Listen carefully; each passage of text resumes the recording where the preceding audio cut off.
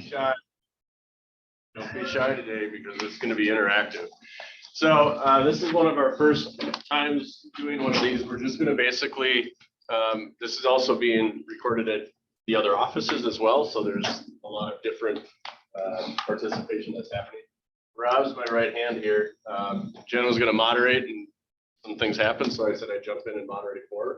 So these guys are going to get hammered with a lot of different questions probably. And I'm okay with that. So I'm the general manager of the 4 offices that we operate here, Edina, Lake Minnetonka, and Otsego. We got somebody from each market center here that's representing each office. So we don't need to hear more about me. What I'd like to just start with, if you guys could give a brief introduction of who are you, what office are you out of, what was your production last year, and anything else that you want to share. Jeremy, start with you. I'm Jeremy James out of the Edina office, Market Center. This is my 20th year in the business. The first 11 I was with GMAC Real Estate. So I say this is my 9th year in the business. Denny Hecker had bought GMAC Real Estate. Denny was going through his thing and GMAC was getting bailed out. So I was going to jump ship and open up my own boutique, got a little brokerage, and our team leader at that time was doing his lead gen. Talked to a title gal and figured that, hey, for what was it, $25,000 a year back then? I can't run my own business for that. Decided to jump onto KW and so happy. We have the James gang. There's 2 of us in active sales. Brianna's the other one here. We have a virtual assistant is our EA, and then a transaction team. We did 58 sales last year for 22.6 million. Awesome. Jose. How's it going? My name is Jose. I have been in real estate about 5 years. It was actually this week. This week? 5 years, yep. I started at a small broker. I was there for like 2 weeks. Showed up and they said, we'll train you. He had been recruiting me for a few years. And he said, you know what, you're a sales guy. I was a door-to-door sales guy. So he's like, you're a sales guy. Just go out there and convince people to buy or sell homes with you. I was there for 2 weeks and I was like, yeah, this is not for me. So then I came and I started January 1st in this office. And I've been here ever since. So I closed 19 transactions my first year. Second year, I closed 27. Third year, I closed 47. I think 29 the second year, 47 the second year. Closed 67 last year, and we closed 96 last year. Or 95. And closed right around 27 in volume. And the way that my team is set up, I'm the agent. I'm the only agent on the team. We have a showing agent, and then we have 2 admins. And that's about it. Awesome. Cool. Nice work. Shane Joseph out of Wayzata office. This would be my, I think, 10 and a half year real estate. I started and then went and did something else for 6 months and then came back. I've been with the Striper team my whole career. Started out as buyer's agent for 3-4 of those years, and then transitioned into doing both. Just been loyal on the team. Right now it's just me and Tony, and we have a listing coordinator who's also has her license, so she does a couple of deals here and there, and then we have a transaction coordinator as well. I don't know our numbers.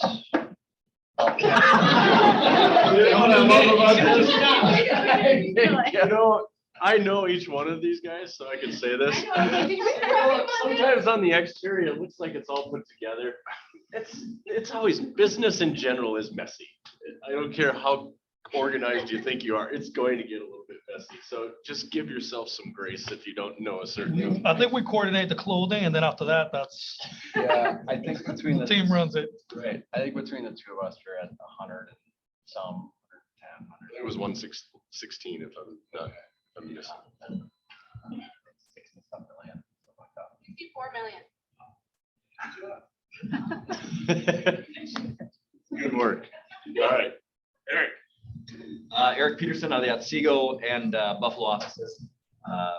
I got into real estate right as the piano was being pushed off the top of the building in 2006. So that was super fun. Last year, our team did 94 units, 32 mil in volume, 913 in GCI. I do know my numbers. Just kidding, Shane. No, it's myself. We've got 3 agents. We have an amazing admin and a transactional coordinator. Awesome. Cool. So here's the framework that I like to just kind of set these up. You guys can hear everything they're saying. There's a lot of different ways to run business. There's a lot of different goals that people have. People can get caught up in running, like, I don't want to sell 250 houses. Like, where do I fit in this? I'm not suggesting picking the same goals or running a significant team. If you want to be a solo agent, be a solo agent. If you want to build a team, build a team. Take bits and pieces of what they share, because they're all transparent, which I think is a really healthy thing in KW, with the humility of, like, we're going to hit some bumps along the road, and that's fine. But my suggestion is find 1 or 2 things, because you can write down 15 and none of them are going to get done. But if you write down 1 or 2 and you separate those from everything else, the likelihood of those being implemented is much higher. So just find a couple of things that you can really dial into. And I think these guys would enjoy it as well. If you got questions, interrupt them. Is that fair? Yeah. They get interrupted every day, and they get told no every day, and they get told no probably every day. So that's cool. No, not you. I don't pick up the phone. Oh, we're gonna talk about that. So, and if you're on Zoom, we do have Rob moderating the Zoom link. So if you got questions, type them in there, or we can unmute you if you want to have some dialogue with somebody on the panel. So we good with that? So is somebody in here gonna ask a question today? Yes. Appreciate that. Thank you. Everybody else, pressure's on you. All right. So I want to start with just kind of a breakdown of where does the business come from? Like, what are the sources of your business? Pick the top. After the top 2, the numbers are pretty small as a percentage of business, what I've seen anyway. So why don't you guys, Eric, we'll start with you this time. Why don't you just kind of give us a quick breakdown of the highest source and second source of business that you have? Yeah. So number 1 is obviously our sphere and our database. We've put a huge emphasis back on that again this year, not just growing the size of it, but growing the authenticity of it, if that makes sense. And having true people that we want to communicate with, and having full and accurate and detailed information, right? Everybody has those people in their database that their name comes up for them to call and they go, I think I completed that task, right? So we're trying to just get away from that, right? So first and foremost is our sphere and our database. Secondly, we do a lot on Google. We made a big Google push this year. We went from 35 5-star reviews. We're at 212 today. Wow. That's been amazing for us. So especially even this year, we've gotten a lot of call-ins already. So between Google AdWords that run through our Chime account, and then Google local service ads have been good for us as well. I've got a great team that does a lot of follow-up. And so they really do nurture those folks very well, because I kind of look at it as if your short game and your long game, right? For those golfers out there, you have those people who will raise their hand, but more often than not, you have an equal or greater amount of people who have a prolonged timeline. So we try and balance that out between the two. I want to make sure we come back to the long game. Sure. I think it's super underestimated. Yep. And it drives me crazy, the lack of patience that we have, which cause us to become people we don't want to become, because we get so desperate for a deal that we haven't been playing the long game for a long time, and we expect it to all show up, that we start showing up differently because we have this urgency. It's like, I got to get something. So I want to come back to the patience in the long game. It's a good point. Shane. Yeah, I'll sort of give you a backstory on ours. So when I first got in, 4 months into my career, we signed on with a company called Motown. And we were, well, me personally, oh, sorry. Yeah. You don't have to sit up. I just want you to talk louder. He's like, okay, I can't talk. Me personally, that's sort of what launched my business. I was working only with buyers, and this was when internet leads weren't sold 15 times. And I was able to convert those at a really, really high clip. And I did 72 buyers second 8 months of my career. And a lot of that was these internet leads. And then all of a sudden, I would say 5-6 years ago, just the quality of them went way, way down. The expense of them went way, way down. And Way up. or the Expense went up. expense went up. Quality went down. And we just found the return just wasn't there. So we put everything into our Sphere. I would say 97% of our business is all Sphere and past client based. And, you know, we actually don't do Google, which we probably should. You know, Kami hasn't gotten us there yet. But I'm just kidding. That's like putting your success on somebody else. No, she's all over me about it. But it's been really kind of rewarding to see that, hey, you do a good job and you stay in touch with people. It's actually super easy. And it's a lot easier to work with people that you've worked with before, people that they know, rather than trying to convert these internet leads over and over again. And I loved it. I was addicted to it, and you know, I got in the habit of converting them really well. But you know, now it's just fun to stay in touch with all the past clients. Awesome. Jose. What I would say is pretty similar to what you're doing. So when I got into business at the beginning, it was a lot of internet leads and knocking doors. So I used to be a door-to-door salesman. I also had somewhat of a database from those people. So I was knocking doors, and I was touching base with my Sphere and social media and internet leads. And what I did back then is I started, I created a goal of adding 10 people to my database every week. And I did that for like 2 years. Right now, we have about 2,500 people in the database.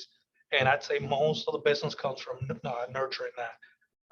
And then I'd say second source is referrals. We get a lot of referrals. We get, you know, I'm getting back to adding 10 contacts to my database every week. I'd say mostly referrals. And then after that, I'd say social media, just being present on social media. Haven't been as present as I want, as I should be, but being present, having somewhat of a presence, that's big. Jeremy. Yeah, it's kind of more of the same here. When I first started, it was, you know, chasing the internet lead, and that it can be exhausting. It's fun for people. You had 5 team members before. One of them did not want to call a Sphere, only wanted to call cold leads. It's like, perfect, that's great. I don't like calling those cold leads anymore, and technically we don't anymore in that scenario. We went from, instead of Boomtown, it was Tiger leads. That was pretty successful in the beginning. Then it started to get, you know, as we all heard, diluted and worse, and shifted out of that. And now the majority of our business is repeat and referral from our sphere of influence, and then professional referrals from either our allied vendors of mortgages, title, and we had a heavy focus on attorneys last year, and our VA did a fantastic job of locating all these specific attorneys we wanted to get, make introduction. Actually, it might have been 2 years ago that happened. And then we had all these established relationships with all these attorneys, and then COVID hit, we couldn't meet anymore. So we kept in touch. So again, we have another goal this year of reestablishing those warm leads with the attorneys who, you know, who doesn't like to get lead received, right? That's my favorite thing to do now. So between that, and social media, and then Brianna's church obviously is another major source of our, you know, a small little church. It did quite a few deals every year through that small church. So it's basically just whatever club you're in, be a part of that.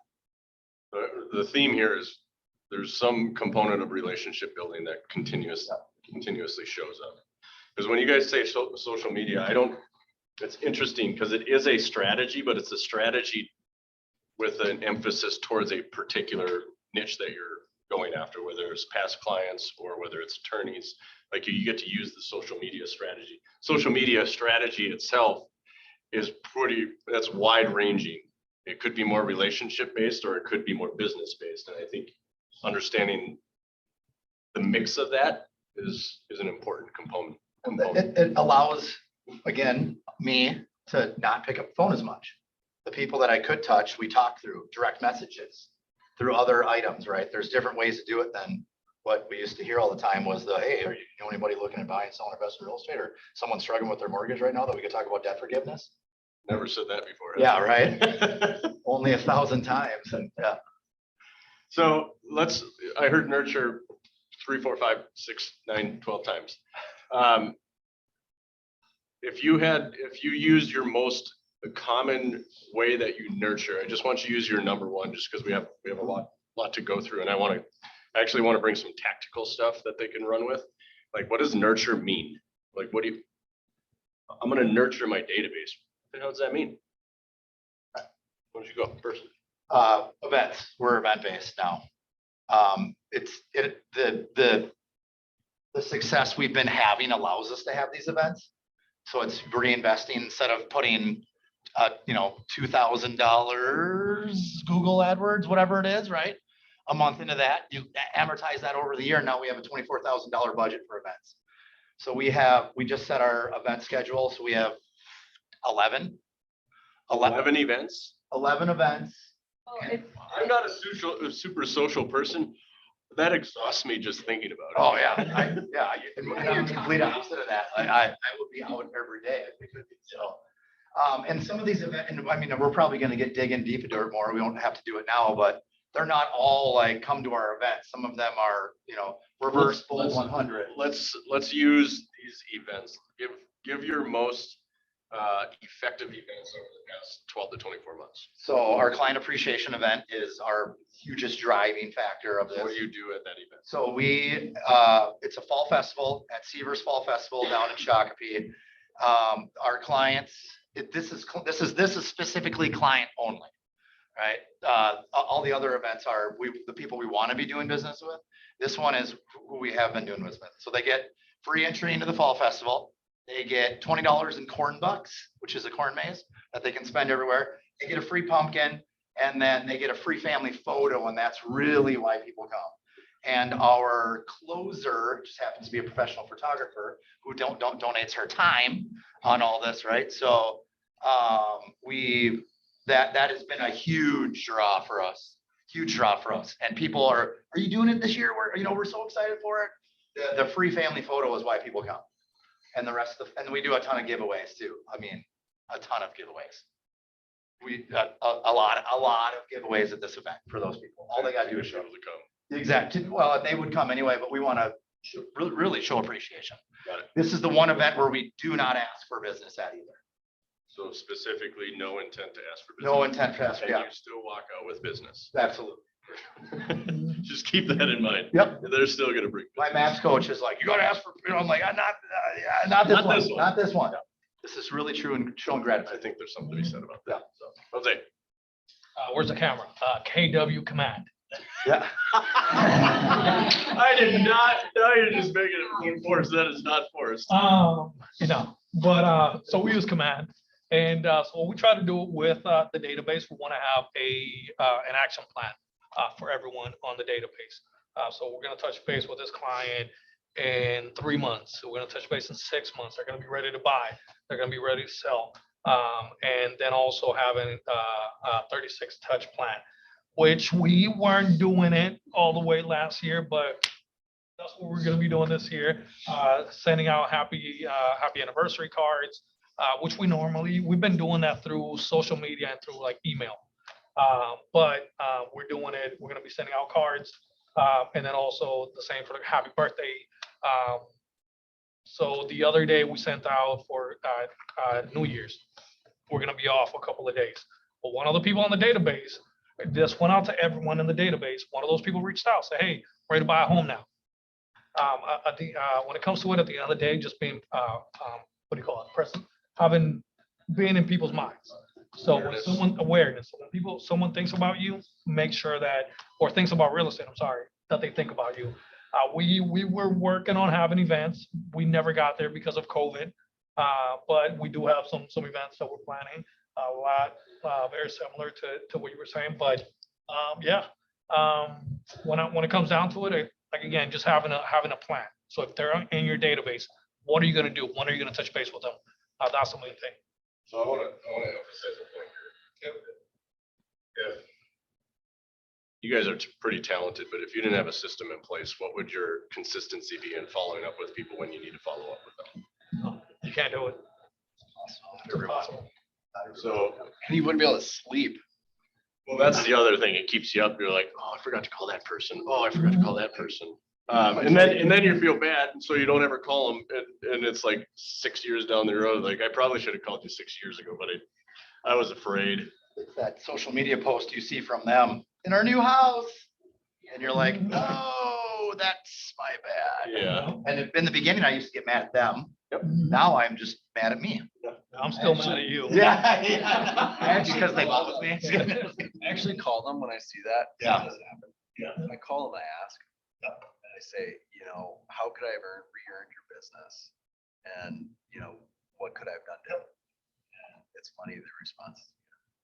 And I bet you they're all like, I forgot, or it doesn't typically have anything to Honestly, do. it's we developed a relationship with most of the time. We developed a relationship with someone from church or wherever it is where I didn't do a good enough job to keep that connection or whatever, but yeah. So my point with that is the word database it falls flat. We all hear about it all the time. Like, yeah, we should have a database. We should probably do a database, and it falls flat. But and then it's not about having a database, but having a plan to follow through with each person. Agreed.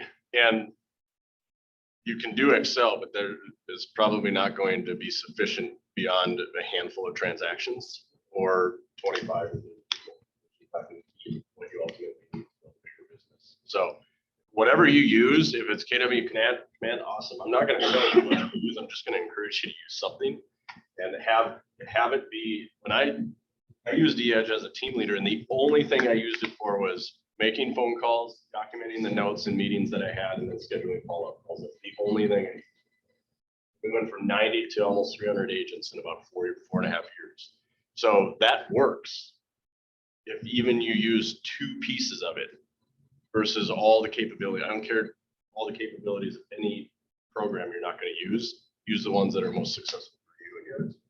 And if I can say something about that, it's just find what works for you. Like, it's not what works for him, it's not what works for me. And just find what works for you and be, what I try to do is I find something and I try to be the best I can be at that.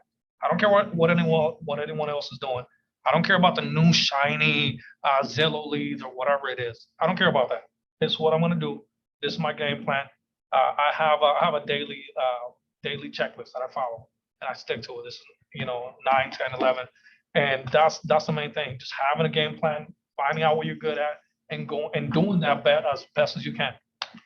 It goes back to the long game. The shiny objects are what get in the way of the long game. So, Shane, what was the question again? I saw it on your face, like, I gotta help out here. Main source, or what does nurturing mean in the sources that you use? It's providing value to their lives somehow, is really how I look at it. And we do a lot of events as well, but really the events are just an excuse to call them, in my mind. And that's how I operate. I'm purely phone-based. I haven't had a social media post about real estate in 3 years. That's just something I don't do. It's not me. It's not genuine. I don't feel that that's me, and the people who really know me know that's not me. So if I started posting all this stuff on social media, maybe that's a make believe. But I feel like I'd annoy the people I do sending business. So we use a CRM called Edina. That's very similar. Like, hey, I use it to set to-dos for when to call people.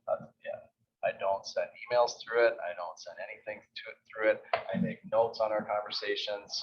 There's information in there, but really the only thing I do is I go to work in the morning. I have 30, 40 to-dos on my to-do thing, and they're all phone calls or text messages, every one of them. Oh, yeah, sorry. You like throw your head back. I don't want you to get hurt. Yeah, and they're all based off of certain events. So we'll have an event and I'll set to-dos to call that month and invite them to that event. They'll have a home anniversary. I'll call them to do that. I'll have my whole month of December is all past client holiday phone calls. Just wishing them happy holidays, Merry Christmas, seeing what they do. I rarely, and this is maybe another limiting belief, I rarely ask for business. They already know I'm in real estate. They know me, they like me, they know I sell homes. Every once in a while I'll bring it up and see if they have anything specific, but in my opinion, you have to just get people to like you and trust you and know that you're in real estate, and it's super simple that way. And however you do that is really your own way. Just make it genuine, make it who you are. If you're an awesome texter and you're good with emojis, great. Make that happen. That's not me. So. Sometimes I have no idea where Shane's gonna go. It's like, I'm an awesome texter and good with emojis. Some There's a people are, niche. some I mean, people are really clever with all this stuff on there, and I'm just, I feel like I look like a fool. So I am old school. I just make phone calls and really genuinely care about people's lives, and that will come through in your conversations with your past clients and staying in touch, making notes on everything. How old their kids are, what school they go to, and that way your conversations aren't just, oh, how's it going? Oh, good. Well, nice talking with you. It's like truly getting it a little bit at the next level where it's, hey, how's Johnny doing? I know last time or a couple months ago, he's in that big hockey tournament, but they do well. Just really getting, and then they hang up the phone. They're like, oh, he's paying attention, and make it genuine. People smell fake, and that's why I don't like social media, because it feels so fake to me. doesn't have a limiting belief at all. Social media can, Yeah, maybe not for you. it doesn't work for me. Yeah, I got a question in the chat. What was the CRM that you mentioned you use? Ribbity. I think it's Ben Kenny's software. Yeah. And you mentioned in events, it's just a reason to make a phone call. And you know what popped into my head? My financial planner at the end of the year, he hired a guy on how to live a successful life with fulfillment. And it's one of the top 10 TED Talks. And I was like, that's like actually really cool. I didn't go to it, but I don't care. Like, I thought it was about, like, he sent me a recording so I can still get it. But it was a simple touch of nothing beyond just, hey, this might be something based on our conversations you'd enjoy. Yeah. So, Eric. Yeah, kind of along the lines of what Shane said. I mean, people are going to smell right through whatever you're trying to sell them if that's the reason for the call. So you do have to understand who you're talking to, right? It's much different than when you're calling your database versus when you're calling leads versus when you're calling. I mean, there's a different intent there. And so as far as nurturing goes, like when a new lead comes in from an outside source that's non-database related, it round robins through the team and then automatically gets put on a smart plan. We have AI that'll artificially try to talk to them in the background, try to get them drummed up. That's different. For our database, we have a series of the 4 quarterly calls. We do 2 events a year. We don't ask for business at our events either. And I don't ask for business on phone calls either. It's check-in, see how their family's doing, see how mom's doing, see how, how the sports teams are doing. We always partner our events with a charity. So in the spring, we do a big bingo event. We got a room filled with about 300 people. And we play bingo. Everybody gets 1 free card, but they can buy additional cards for $1. And it goes to, I'm from Buffalo, so we raise money for Buffalo Strong. This fall, we did an Oktoberfest event. We always hold them at the same place, so people know where they're going. We raised $3,400 this year in our Oktoberfest for Cure Search, for children's cancer research. And our professional photographer comes and does photography, videography. We've got a big step and repeat with our, logo all over it, where we take pictures with our clients and friends and families. I wear lederhosen and look like a jackass. Yeah. So but it was cool because I ran into a gal that came. She's been invited to 1 million events, and she came to the last one. She said, "Oh my God, I couldn't even believe it." She said, "I thought this was going to be about you." And it wasn't. It was about us. And it was like, that was total validation for me, because that is what we're after, right? You have to make it about them. Like, give first, receive second. So again, the 4 quarterly calls, they get basically the equivalent of a monthly neighborhood newsletter. They're going to get home anniversary calls. They're going to get birthday calls.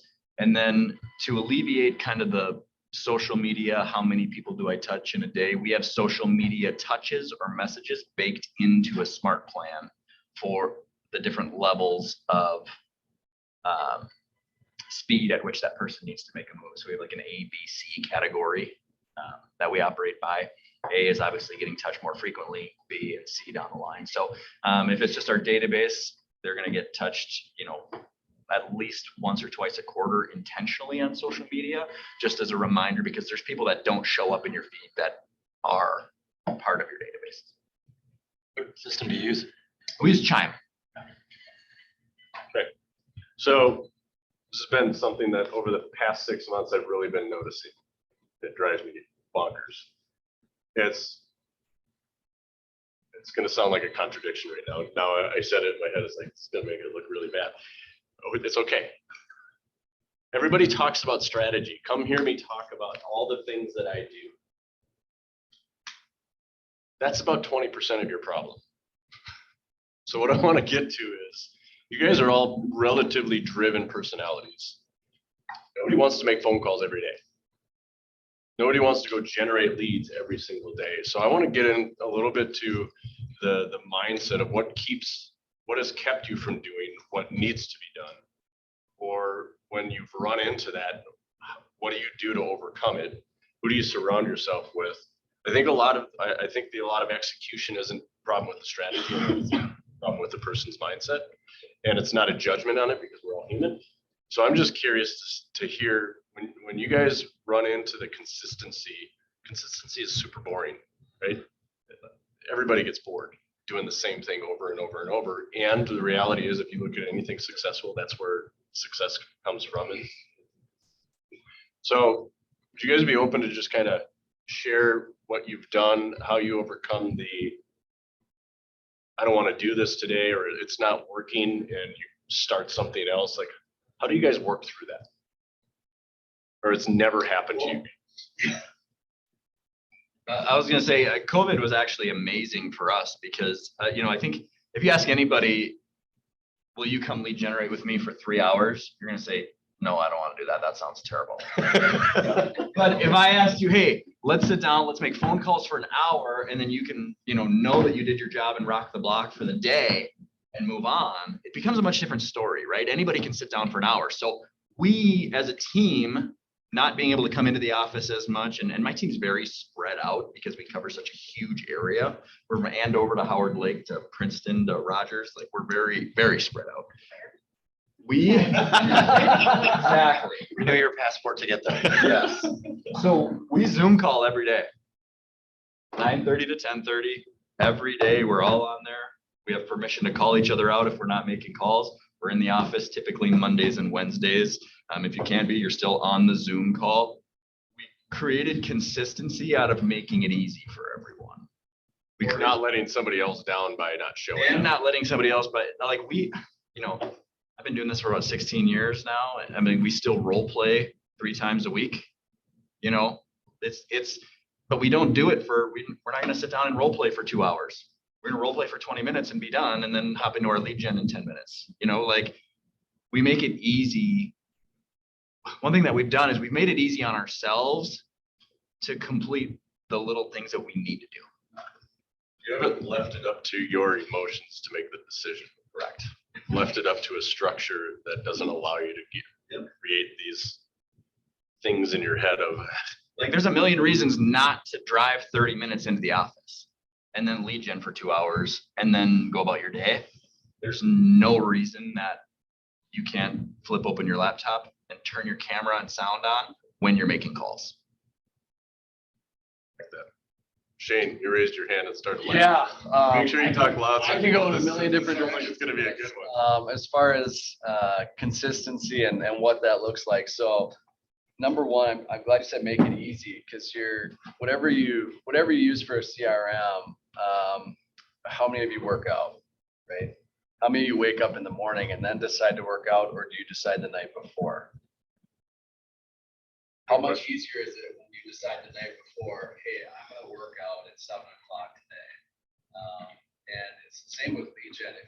If you have CRM that automatically has to-dos for you, and you've got your calendar blocked, and mentally you go to bed at night saying, I have no appointments tomorrow, I'm gonna put down the phone and hammer it. You just wake up and you go. And eventually it just becomes a habit where that's the only thing in your calendar. And that's, I was back here in 2011, and we used to do all of the KW trainings and all the family reunions, and you listen to Gary Leach and time block. Hasn't changed since I've been here. It's the same. And it's just developing a habit. And, you don't want to let people down as far as your teammates. For me, it was, I don't want to let my kids down. I don't want to let my family down. When I first got into real estate, I was finishing another career. I had 2 kids. And I think I closed 3 deals in the first 6 months. And I told my wife, I said, I'm going to give this until Christmas, and I'm going to give it everything I got. If I can't support our family, I'm going to go find something else. And then that next 12 months, I closed 72 deals. So that was really not letting my family down. So it was, you're accountable to somebody. Some people are really good at being accountable to themselves, but I'm accountable to my bank account. When I see that coming down, and, I've got kids' expenses, sports, and all this stuff, and I'm like, I've got to get more consistent. So Easier to be consistent than it is to say, you can't play hockey anymore. Well, Sorry. To the workout point, when you then, after the consistency develops, it feels weird to not do it. I have a huge sense of guilt. Like if I have an appointment or something comes up where I have to do it in the morning, you can't get back into your habit of PGen for that day. And I have this sense of guilt when I'm driving home. It's probably something I should look into. Because I am honestly driven by guilt. Make me feel guilty and I'll do whatever you say. I don't know if I want that to be a take. I need $100,000 or your turn. I'm a big, you gotta have some grace with yourself too, because you are human. But I do think you have to have some personal standards that do shake you if you just kind of mail it in all the time. So I think there's a balance there. So what I took from that is the day starts the night before. So what time are you going to bed? What are you eating late? What is the day starts the night before you're setting it up? The laws of attraction. I mean, if you ever watch that or take in Landmark, you tell yourself your story on how you're gonna wake up the next day, and you tell yourself that story the night before. So if you're kind of like, I don't know what I'm gonna do today, and then you kind of go to the office, you turn your computer on, and you're like, I should call this person. I'm not gonna. And then you kind of go easy. Whereas if you already have your mindset switched on and you tell yourself your story the night before, you go to bed thinking about it, you wake up, you work out, you have a coffee or 5, and then you're in the office. It's actually a lot easier to be consistent than to just be all over the place. That's a great point. Yeah, and I mean, it happens to me sometimes. Some weeks I'm busy and I don't follow the schedule, and I feel like I'm all over the place, right? So that's where the consistency is key. Something to your point of guilt, something that drives me is I always feel like I'm not doing enough. I always feel like there's more I can do, and I think that motivates me. One of the, I don't know if this goes into this question, but one of the things, one of the questions on here is what did it look like 3 years ago? So when I hired my first employee, I hired 2 employees at the same time. And I had been waiting probably a year or 2 before I hired. And I was like, it's okay. I got this. I can do it. I was a robot. I mean, I can never shut it off. When I hired those employees, I was in here till 10, 11 at night calling, because now I have to pay for their salary, right? And I feel like I was never doing enough, and I was calling all the time. And the business just grew. If I could touch base on that a little bit, is if you have the business, go ahead and hire, because you're only slowing down the progress for your business. And what was the question? The original. Well, you jumped into the consistency and staying consistent. And if you want to go there, go there. And I did want to But go the beginning of your career, Yep. because that goes into the consistency in the long game. I want to know about that. And that's why I asked what was the question, because when I started, I used to close So the first year, so I closed, so I didn't close any transactions for the first 10 months that I was in real estate. So I want to stop right there. Yeah. Because the reality is, I know many people that didn't sell anything in the first 6 months. And they were going to work every day, and they were holding open houses, and they were, like hands, I see hands going up. That's where consistency is the most critically important. Environment, I would say equally Well, important. 100%. If you're not around, if you're isolated, yeah, Like most of my I wouldn't want to work be was there. looking for a real job my first 6 months. I want to emphasize this, and I appreciate your humility for bringing it up, because you're not the only one that. I had somebody come in and say, if I don't put anything under contract in the next month, I'm quitting. I was like, I looked her right in the face and said, you can't quit. She did 7.5 million 12 months after. And you're kind of, so run with that. What kept you going? Because that's actually probably a very, very good lesson, knowing that you went that long without a deal, but you stayed consistent. And then it was what you said. I was being consistent. I wasn't here. Something that someone said, I can't remember, told me is just come to the office, just come to work, just show up, and the business is going to be there. Not just come up. Once you're here, you're gonna put in the work, right? Or you should put in the work. The consistency. I was working 8-10 hours a day, 12 hours a day, right? And then my wife asked me, she's my main motivator. She asked me, when are you gonna quit? Like, when are you gonna go back? She's my main So, she knows how to motivate. I'm like, yeah, you're gonna quit, aren't you? I don't think she meant it that way, but she did. So I came from another job where I was making 6 figures. I was actually the #1 sales guy in the region, door-to-door sales guy. So I was doing pretty good. My wife gives birth. They changed the comp plan. I'm not gonna make money. I leave that, and then 10 months go by, and I have not made a dime. And she asked me that question. I mean, she's like, if you go back, I know you'll make money here. You're spending money. And it was the consistency. So I told her, I said, when have I let you down? She said, never. I said, well, this is not going to be the exception. Give it some time. And when that was in June or July, closed my first deal August 30th, September 1st, and then closed 19 total for that year. So it was more of the consistency. I knew the work that I was putting in. As long as you're putting in the work, the results are going to be there. So that's one of the things too that I'm not big into the results and the numbers or as big as a lot of people, because if you're doing the activities, the numbers are going to be there. And that's more what I focus on. What you were able to connect, we talked about this before. If you're able to connect the long-term outcome or just byproduct of just showing up every day and believing that and knowing that it's going to happen, you'll go do it. As soon as you start to question whether that activity is actually going to drive any result, it's really easy to get into your head, particularly if you're not surrounded by anybody, you're not in the office, to just say, screw it, I'm gonna do something else. I think where I would argue against that is if you don't know the numbers and track correctly, how will you know when you need to pivot along the way? Well, what I can say is this, because I was lead generating and I had clients. What was going on is just for some reason the deals weren't closing, and that's just being new. So once like the deals that didn't close right away, I'm closing right now, no problem, right? So it was just learning the ropes and just sort of way kind of bad luck, but it was more of like I had the numbers when it came to the leads. I had the numbers when it came to like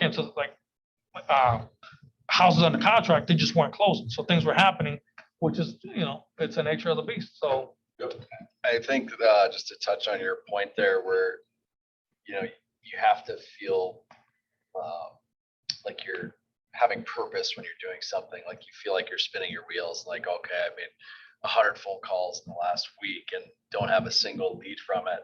And full transparency, I get that all the time still.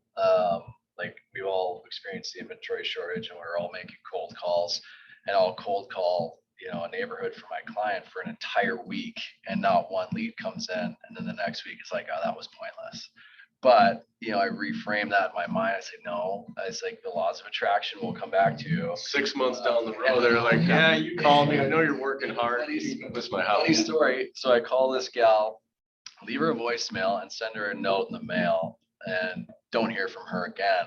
6 months later, she calls me and said, you sent me a note 6 months ago and I've been hanging on to it and I'm ready to meet with you. So never feel like you're spinning your wheels. You always have purpose. I always leave voicemails.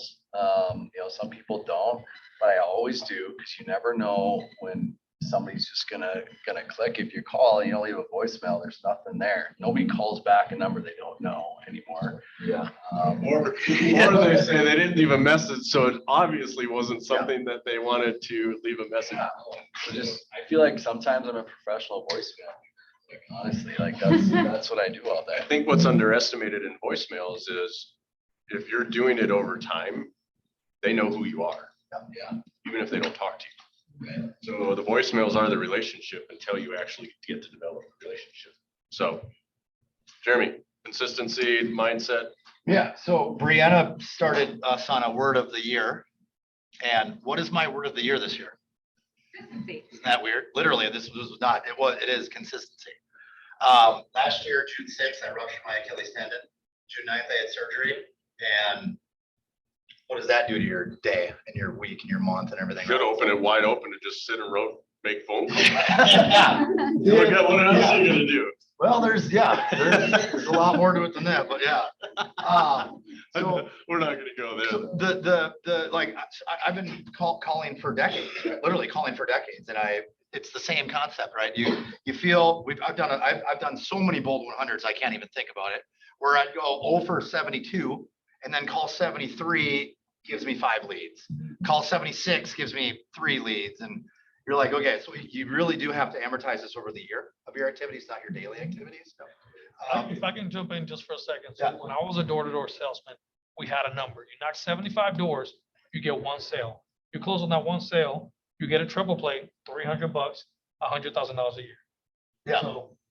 So it's 74 no's, Larger. to get 1 yes. Yeah, it's just you get through the nose as fast as you can. Or what I thoroughly enjoyed, what we did last year, was we flipped the script. We did a reverse bold 100.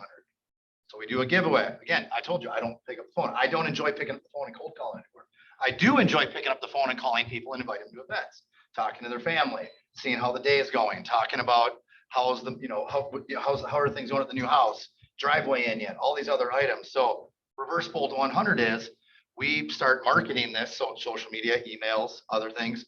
And we say, hey, we're giving away what do we do? One time we did a Yeti cooler, a Coach purse, and something else. And by the way, the Coach purse we bought, I went shopping with her at the Coach outlet when they had a 90% off sale. It was, they don't know that, right? But it Next was. time you post something, somebody is here is like, don't worry, guys, you got it on sale. Right? And so what happens is if they call you and give you a lead, they get entered the drawing for one of these prizes, right? So our goal is to receive 100 phone calls, which is fine, which is fantastic. Well, how we put out our Google Voice number. Also, we don't give out our normal number. And whoever can get to it soon, if we recognize the number, that person pick it up. Otherwise, we go that route. So again, it's the consistency of it. And how do you get out of that funk is we do a reverse bold 100 instead. I It's think just that- like door knocking. You know But I- that. yeah, First but- door sucks. Second door is not bad. Third door is easy. But it's the number, like the numbers that go into it and not the expectation of what those numbers will bring. Exactly. And that's what I mean. And that's what I mean by not looking at the results. I would write that down because if you have unrealistic expectations based on your activity, So- you're gonna quit much before you get any results. So I'm gonna give a big shout out. I don't know if he's on, but Paul Schultz, amazing guy on my team. He developed a habit of door knocking this year, and it's always one. Last year, it's always one. He just wanted to go for one, whether it was 200 doors, whether it was 50 doors, whether it was the second door, whatever. So, and he'd go out usually for 2 hours.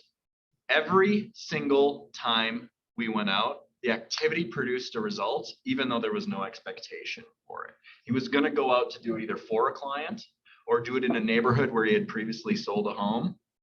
And it always happened. He went out last week or like 2 weeks ago and door knocked in the cold weather. The guy said, I can't believe you just showed up at my door. I need to buy a house but he inked him yesterday on, I think on my bill. Like, it was crazy. All of your point, it wasn't that one, it was the 1,200 prior to that led up to that one. And just going out. 1.7 MI payout's gonna be awesome. Yeah, I think it was 2. Don't be so negative. Coach first. We gotta remember these buildings when the market turns. Yeah. Well, so We gotta keep a database on those. right? the reason I wanted to go down that road is because I don't think our problem is strategy or how to do business. If you look at the past 50 years of how to do business, it hasn't really changed. The methods may have been, but the relationship building has not changed. So if we want to make this complex, get in your head about what you think is going to work or isn't going to work, and start it for 2 months and stop it, and then do something else. It'll take a lot more than 6-8 months before you're going to close the sale. So we have about 5 minutes. I'm going to open it up to anybody that's either with us virtually or anybody in the classroom. Brianna, you can go first. We'll give some virtual people some time. So if I'm a brand new agent and I have, let's say 100 people in my database, I've called all them and I've had conversations. I need to lead gen. Who am I calling next? I would say, and there was a class on this, I think there's been a couple of them now, is making relationships with things you enjoy doing, like you use your church. And if you're sitting in your apartment alone and you're a new agent and you're thinking, well, who do I call? I would try to figure out, okay, what do I like doing and what clubs can I join? What social circles can I join where I can create some new relationships? And I would go down that road, honestly. That's probably if I was new agent. Great. That's super organic and authentic, and you're going to enjoy it anyway. Well, and you mentioned law of attraction a lot. You bring a different energy to the things you enjoy versus things that you don't. Right. Anybody else? I'm just curious how you push through the no's, like writing that fine line between being that annoying person you never want to hear from again and having it being like negative or. You'll never avoid that, just so you know. Like, There's always going to be you can't control that. for sure, but just writing that fine line between like people that never responding to you, like how long would you call them or text them before it? I think you have to first identify what you're actually bringing to them of value, right? If you're calling them for them to be of value to you, to give you a name, you're going to get a no every single time, and it's going to feel bad internally, right? That just kind of feels gross. If you can offer someone something or even advice or talk about mortgage rates or things like that, and give them a type of professionalism or being the economist that they need to hear from that day, that's a much different no, because they just don't need you now. They need you in the future, right? Everyone that you know falls into one category, right? Of one of 3 categories. They're either renting and they're going to buy someday, they're buying and they're going to move up to another house, or they're going to sell their house and move into facility somewhere towards their end of life. They're all in those 3 gaps. You just have to identify which 10-year period in that gap they're in, and then identify that value based upon that. Essentially predicting when. And You are predicting it, yeah. Yeah, and then if I could say something is you're gonna develop a sense for it, of where maybe I pushed too far. And that's just repetitiveness, being consistent. The other thing is it's different. When it comes to real estate, it's different than door to door. When I was door to door, I had to close you there, right? And otherwise you're not gonna call back. People don't call back. When it comes to real estate, it's more of creating a relationship with a person and trying to see what can I provide them value. And then, you're not ready now. Is it okay if I follow up with you in 3 months? Or maybe you don't ask, is it okay? Say, okay, great. I'm going to follow up with you in 3 months. See if there's anything else I can do. Make sure to get their contact information, email, phone number, and then put them on a newsletter. They're going to get those touches. And then eventually, you might not call them, but they see that email, they see that postcard, and then they call you. Somebody's always going to do business with the person in the closest emotional proximity to them. That's why when you see, Jeremy, the people, we just bought a house today, we didn't offer them, we did a good enough relationship where they felt the emotional attachment to us, but somebody else did. Well, it's the consistency of it, because you might have lapsed for 3 months and somebody just happened to hit them lucky.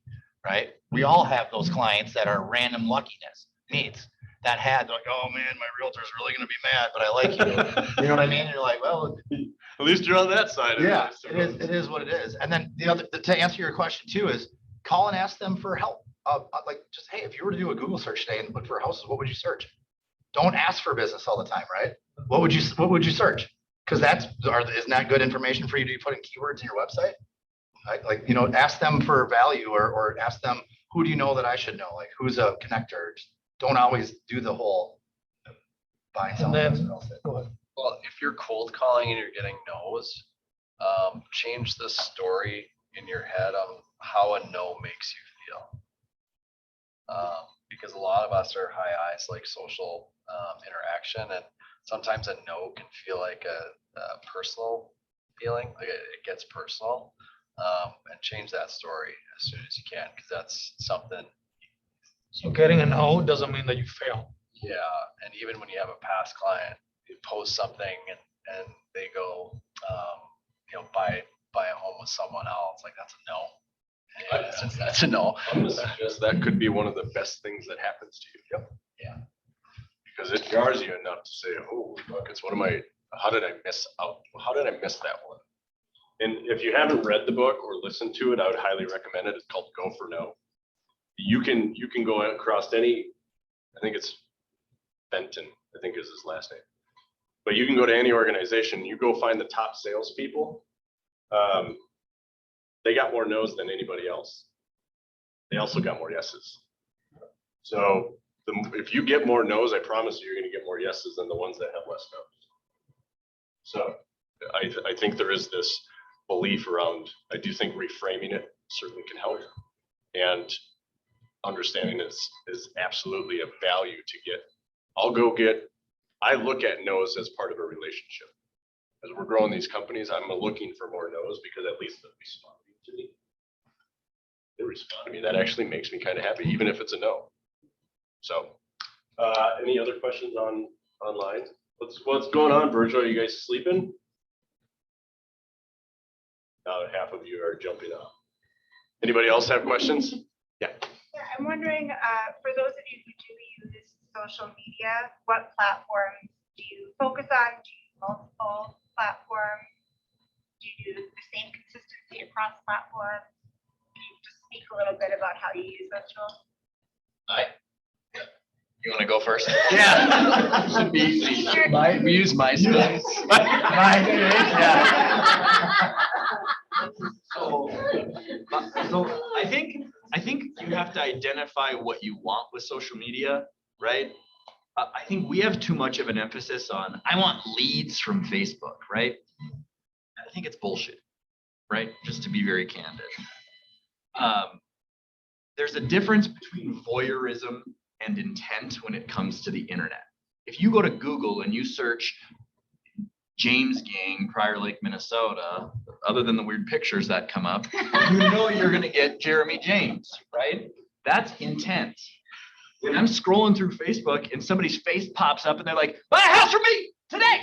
I don't want that, right? It's just a general awareness. And You're so really good at that though. what? Buy a house for me, like that whole, you should be on a commercial. We see those people. Stretch out a little bit further. Oh, yeah. But you have, like, to me, Facebook, yeah. To me, Facebook is a place where you can stay in touch with people and offer them a little bit of your own flavor and personality. Like, I don't know if any of you saw, but I did like a Mr. Rogers. I did Mr. Peterson's neighborhood. There was a house that was for sale in my neighborhood. I walked in, I like took off my shoes, put on slippers, put on a cardigan and like did a tour. Like crap like that. Like let them see who you are. It doesn't have to be like, do you love this new modern farmhouse thing? Like let people see who you are like in your heart as just they're searching and can laugh about it. And that goes, I think, a lot farther than, you know. I think the audience that they're looking for matters too, because you could go to LinkedIn. I think that wouldn't go. Honestly, I think LinkedIn is a super underutilized. Probably.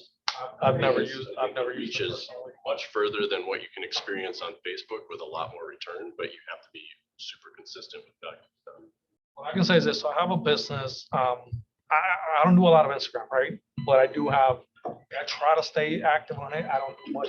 When it comes to the business on Facebook, it's more of like, this is here are tips on what to do, right?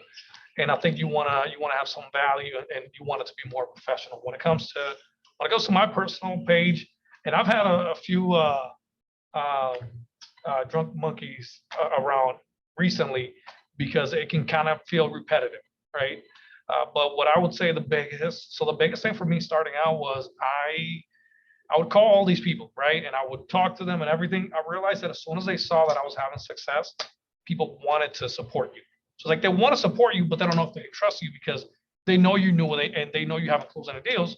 But once that they see that the deals are following through, then they start reaching out. Well, how do you let them know? How do you let a big audience know that you're having success without calling every single person and say, hey, I closed the house, right? You put it on social media. And I think that gave me a lot of success at the beginning. Now I don't need it. I really don't do it. But if you're starting out, I think you need to you got to let people know that you're having success. You got to let people know that you're not, or don't be a secret agent. And I think that goes a long way when you're starting out. Short answer for you is Facebook, Instagram, TikTok. Brianna does a really good job on TikTok. She's starting to, yes. She doesn't. Do you use the same content? So you make one video because you know you can use it on TikTok, you know that it's going to be optimized for Reels. You know that Facebook's trying to do that too. So you know that content is going to be your best generator. So do you use that same video across all 3 platforms? I don't know. He knows more about TikTok than I do. She's all nervous. True. Yeah. Doesn't always When you're work on out. this panel, Get you on find it. someone younger than you, better than you at this to do it. It doesn't always work out to do the same. And if you have your Facebook and your Instagram connected, you have the same people on there, you're essentially talking to the same people. So I don't do it like that. Not that that's wrong. I just would rather do it. Well, like I say, I see a lot of people do it like that, and I know that they have success. Yeah, so not I don't personally, but I do it because it's simpler for me. The hashtags follow and the Instagram audience is different than Facebook for the most part. It's really personal real estate, personal. Our flips completed, personal, like they're not on there to, nobody cares what, we don't post our end of the year numbers.